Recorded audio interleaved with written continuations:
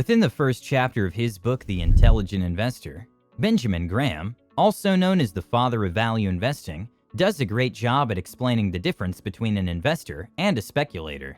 He states, "An investment operation is one which, upon thorough analysis, promises safety of principal and an adequate return. Operations not meeting these requirements are speculative. Investing, as defined by Graham, is knowing exactly what you are buying.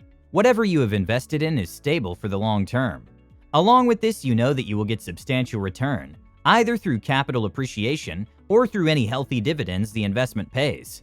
Being labeled an investor when you really are a speculator is something Graham warns us about.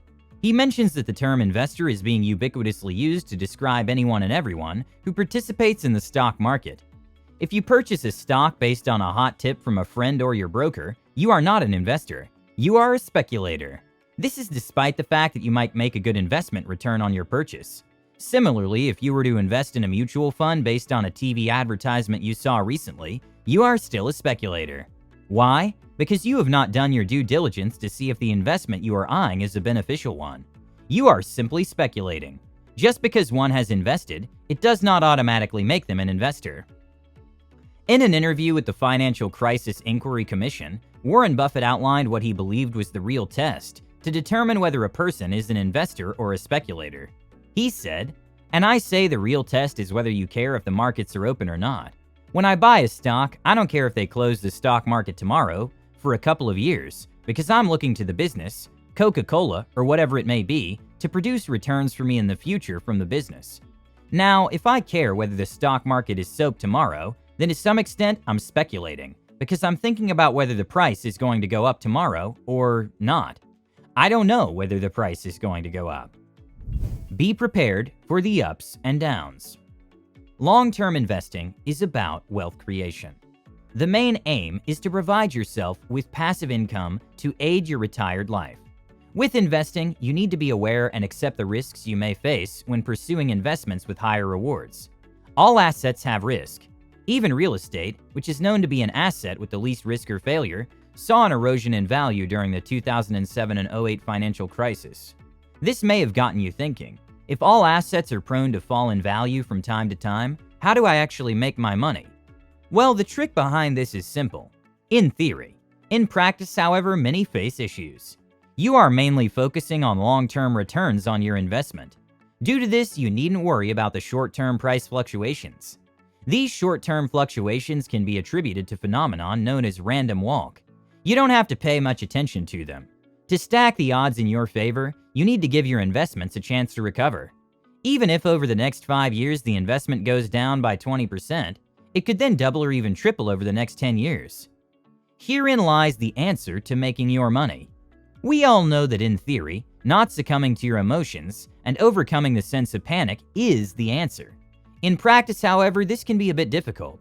However, this is where you stand out. You have to think long-term. Give yourself the chance to overcome the short-term dips so that you gain the long-term returns.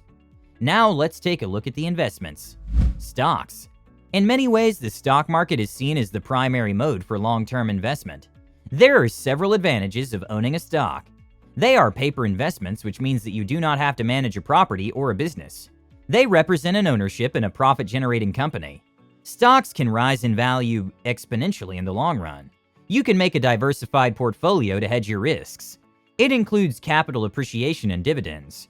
There are 2 categories of stock that you might be interested in: growth stocks and high dividend stocks. Companies that fall in the growth stock category reinvest their profits in growth, rather than paying out dividends to their stockholders. The investor will benefit from capital appreciation in the long run.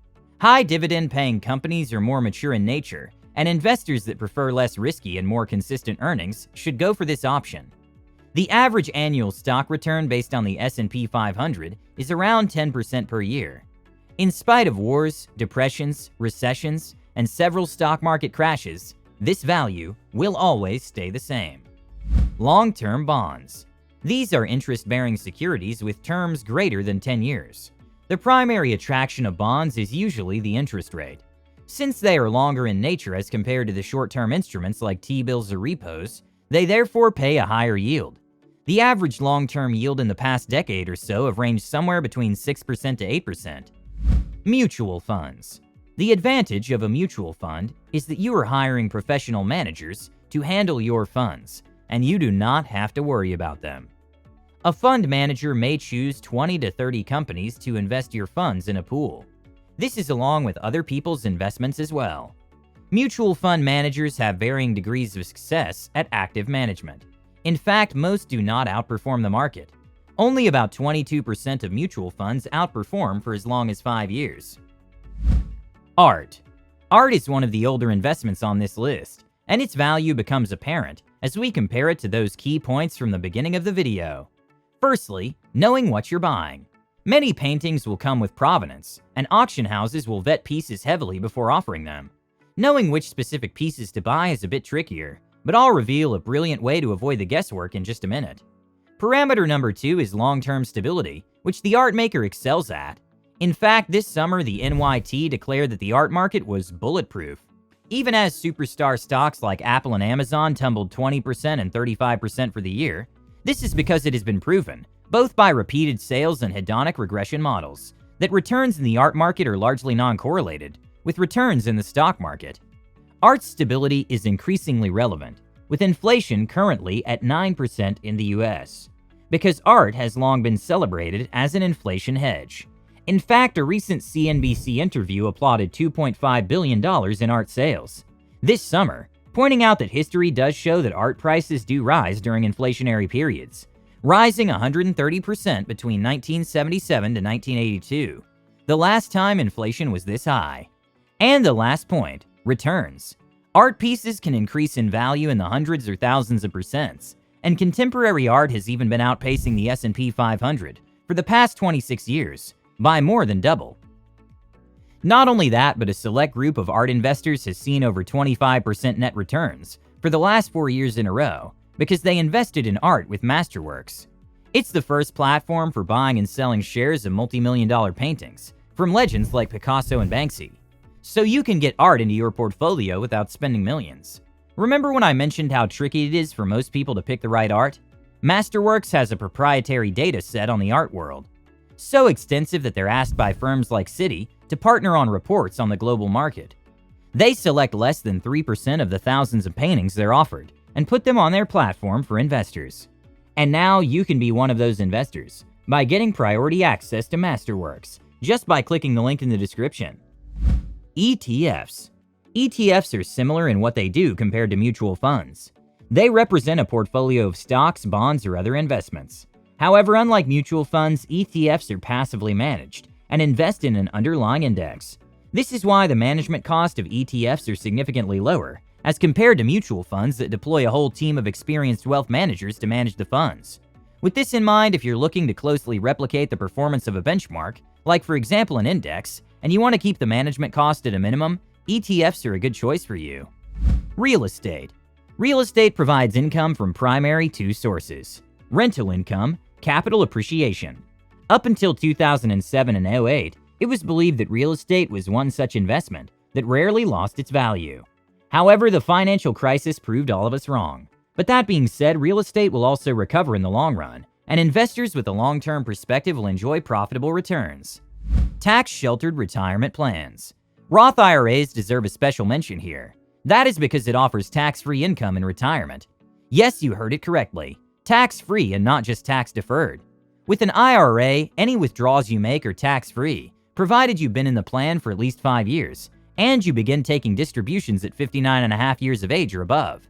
The compounded effect of these tax savings can exponentially increase the long-term returns for an investor. Robo-Advisors. Many amateur or first-time investors might choose to invest here. The reason is that the Robo-Advisors handle all the investing for you. All you need to do is fund your account periodically, and the platform will handle the rest, including managing your portfolio, making new investments, reinvesting dividends, and rebalancing as necessary. Many even offer special services like tax loss harvesting.